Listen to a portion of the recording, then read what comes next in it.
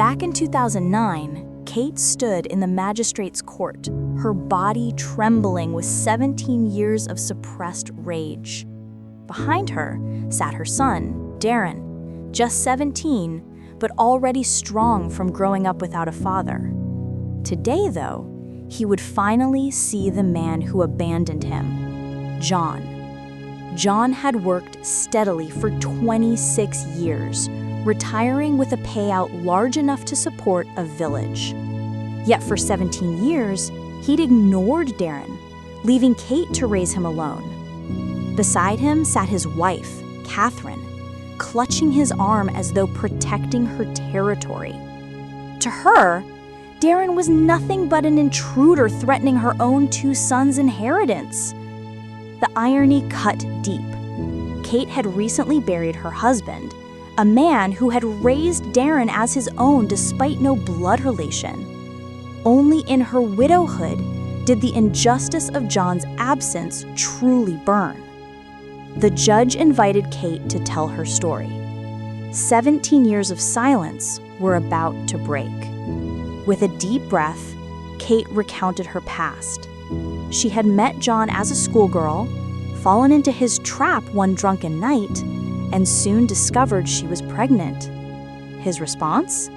Denial and abandonment. She raised Darren on their own, later marrying a good man who loved her child as his own, until his recent death left her widowed and desperate for justice. She admitted in court that her anger had once led her to lie, telling John Darren wasn't his when he tried to see the boy years after the denial. The judge rebuked her for this, but the truth stood still and undeniable. A DNA test soon confirmed what everyone already knew. Darren was his. The judge rebuked both of them, John for abandoning and Kate for letting her bitterness poison the boy's chance at knowing his father. Still, the verdict was clear. He would pay 4,000 rand a month in child support. Catherine's fury was volcanic.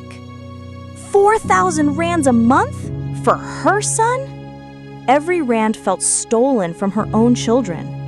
In her twisted mind, Kate had waited like a spider until she heard about the retirement payout before suddenly needing support. Sleepless nights followed. Catherine plotted desperately, bribing judges, transferring assets, fleeing. Every plan crumbled. Then she remembered Aaron Richardson. One day, a tall man in blue overalls approached Kate's gate, machete in hand, offering to help with her overgrown garden. She said, "We have a mower, thank you." When he returned days later claiming to be a cattle herder, she welcomed him into her kitchen. She was cooking when Darren burst in from soccer practice, covered in mud. "Bath first, then food," she commanded. Darren grabbed hot water and headed to his room in the outbuilding. The stranger left shortly after. Minutes later, 2 gunshots shattered the evening.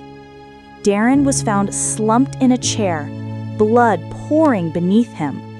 Kate held him in her arms as his final breath rattled out. Her world collapsed. Phone records and financial transactions told the story. Aaron Richardson, the man in blue overalls, had been paid thousands of rands to end the life of a young boy. The killers? Catherine, John, and Aaron. In the very same courthouse where Kate once begged for justice, the 3 stood again, this time for murder. The sentence?